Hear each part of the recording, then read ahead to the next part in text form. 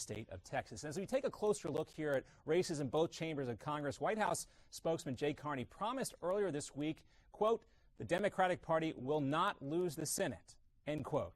Joining us again to talk about all this and some of these very important races is David Patten, senior editor of the magazine. Dave, it's good to have you with us, of course.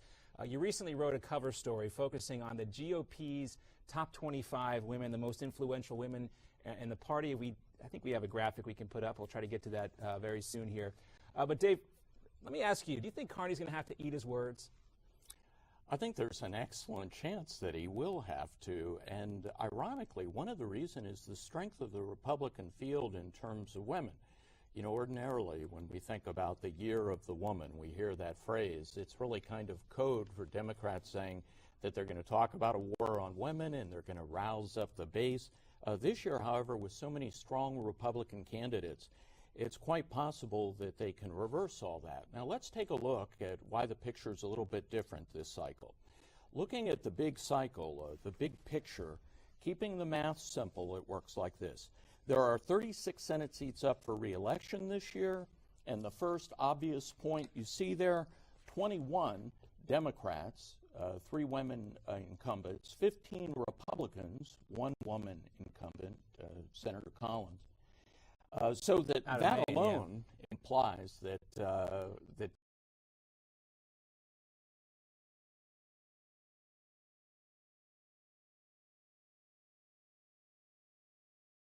focuses on what the GOP really needs to focus on here on 2014. Let's get that up on the screen and talk about that. So here's the hurdle the GOP has to pass. They have to get a net gain of 6 seats. Now, if they win a net of 5 seats, they would be in a deadlock, 50-50 with Democrats, but they still wouldn't win control of the upper chamber because the tiebreaker in the Senate is actually cast by the vice president. That tie, of course, goes to the Democrats, Joe Biden, and so Republicans have to get a 51-seat majority in order to take control, so they got to win 6 seats.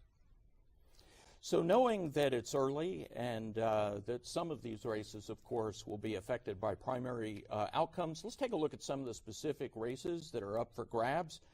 Jeanne Shaheen, Democrat from New Jersey. That race is likely Democrat right now, but she could have a heck of a challenge if Scott Brown throws his hat in the ring. And David, we heard today, I think Scott Brown re-upped his contract for Fox, so it maybe looks like Jeanne Shaheen and New Hampshire might be breathing a sigh of relief. Yeah, but I think it's too soon to say. He has until June to actually declare, to file his candidacy for the primary. So he still has plenty of time. And, you know, he'll be keeping a close eye on the polls. The polls show him very competitive with Shaheen right now. In South Dakota, Tim Johnson is going to be retiring. And the overwhelming likelihood, I think, is that that seat is going to go to the Republicans. Mark Warner in Virginia, that is a likely Democrat seat, but don't forget Ed Gillespie, the former head of the RNC, is running there, and it looks like he may give Warner quite a bit of a race. But in Virginia, Dave, we really see the influence growing of government workers, and it makes it harder and harder, especially with the influence of unions inside government employers, making it much more difficult for Republicans to take Virginia.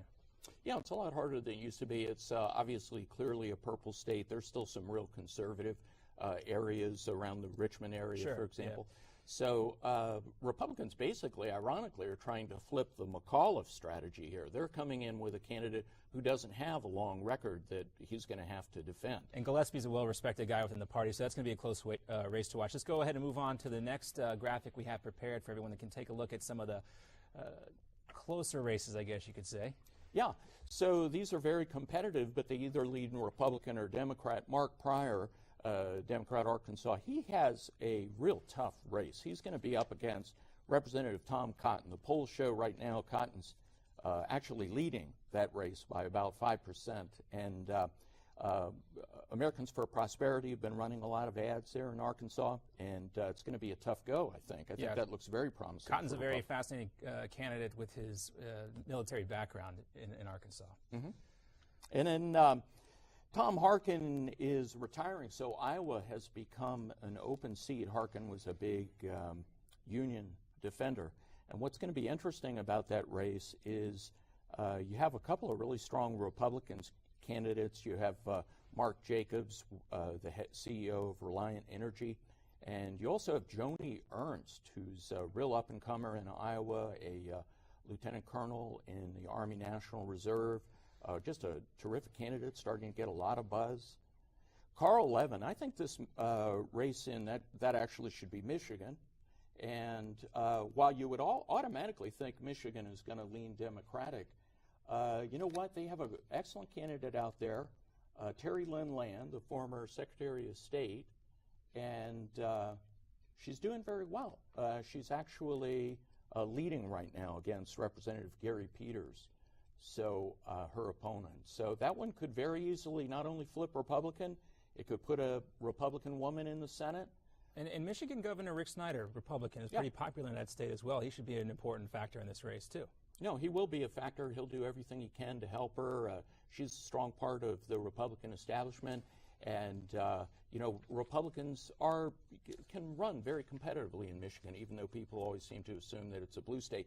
One would think, especially in a year when Detroit was basically fighting bankruptcy, that voters would be open to other alternatives. Certainly. Let's move on and show the next graphic that we have prepared for everyone, taking a look at more some of these races. Mark Begich, toss-up in Alaska. This is going to be very interesting.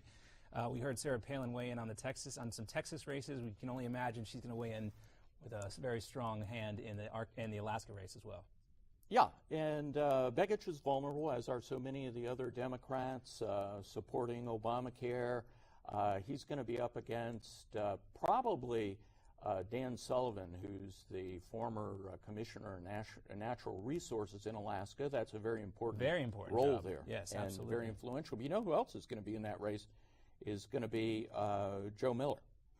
So you might remember his candidacy from 2010. Oh, yeah. It didn't do so well in that race. The whole write-in thing with Senator Murkowski. Mary Landrieu is going to face a tough race with Senator Vitter.